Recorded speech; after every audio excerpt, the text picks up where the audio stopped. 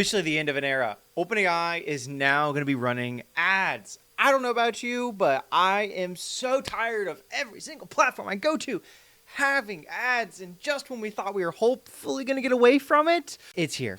So 2026 already on the downfall. The world is ending. Oh, OpenAI is going to start having advertising here in the coming weeks.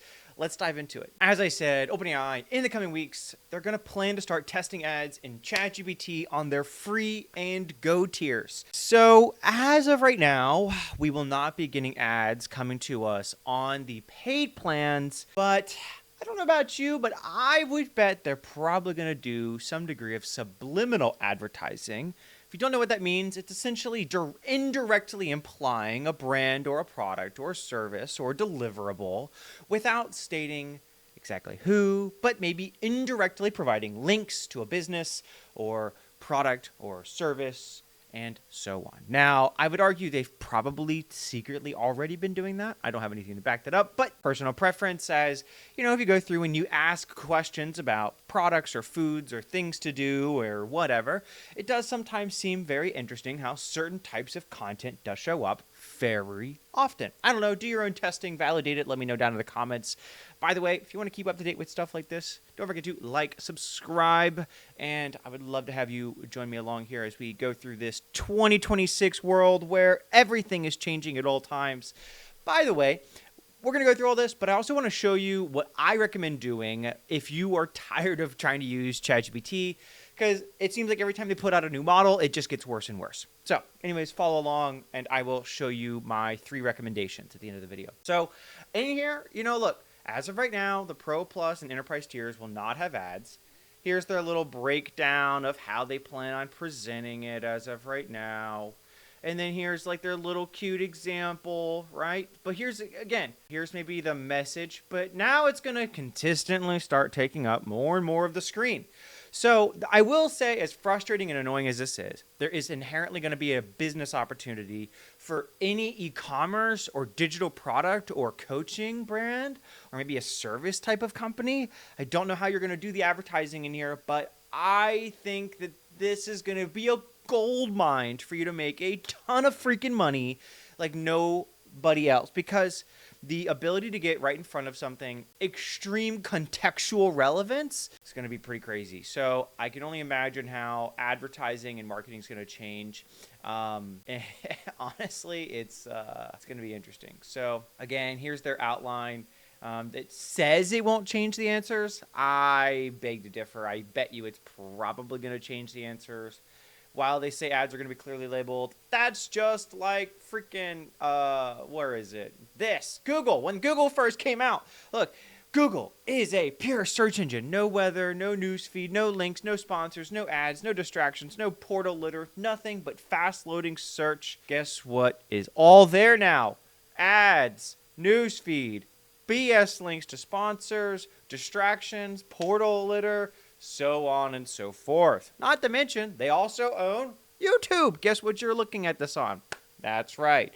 Guess what this also has? Ads. So I don't know about you, but man, it is frustrating. So yeah, it's really interesting. I'd really love to get your guys' thoughts and opinions on how all this is.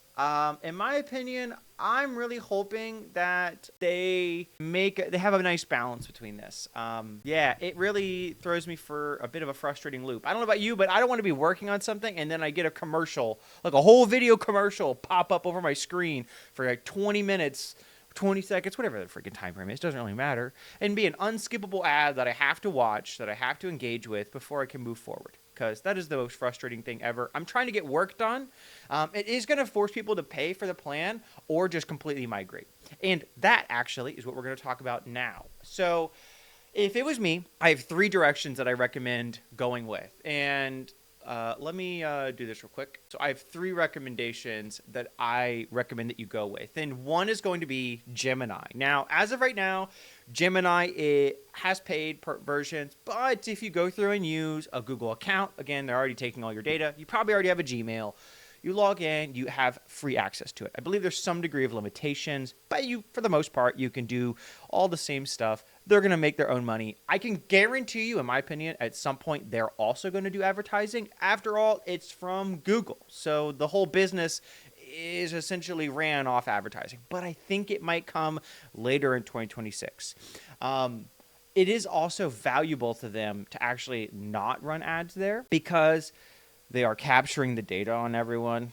That's a whole different conversation. We'll have that at another time. Personally, again, I went on a bit of a ramble there. Gemini, Google Gemini. Second is going to be Claude. I don't know about you, but I really like using Claude. And Claude overall, I think does a really good job. You have really good outputs. They definitely do really well for creative tasks and coding and development and some creative writing stuff. However, there are inherently some limitations in terms of the quality of its outputs for other stuff. But let's say you want to get extra fancy. You don't want to pay for anything and you want to make the most of, well, having a badass machine like what you probably already have got. You've probably got a decent little computer, maybe a good laptop.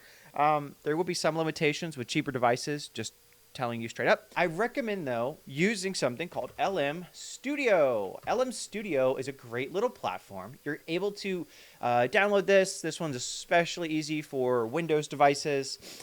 So how this works, and I'll show you how this works here real quick. Come over to lmstudio.ai.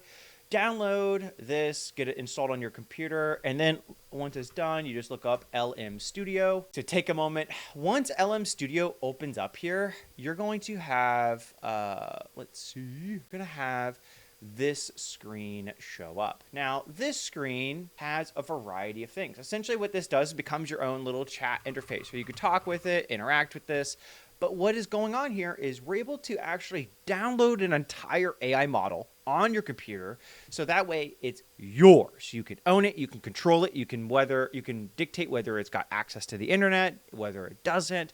So you end up having your own micro, semi-secure ecosystem that allows you to interact with AI without, guess what? Advertising, subliminal marketing, or more junk. Even better, there's some really cool things other people can show you online about how you can prompt them to get some really interesting outputs, because as you already know, a lot of the current platforms you're going to use on a commercial basis, like they've been more optimized for general civilian use. They have a lot of filters on them. So if you asked it to go through and tell you how to make something out of the ordinary, right, whatever it may be, it's not going to give you the most direct answer or the most effective answer on actually how to solve your problem. It might go, oh, well, I could answer that, but due to my policies, I can't actually tell you the exact way of doing it. But if you could do it, I wish I could help you.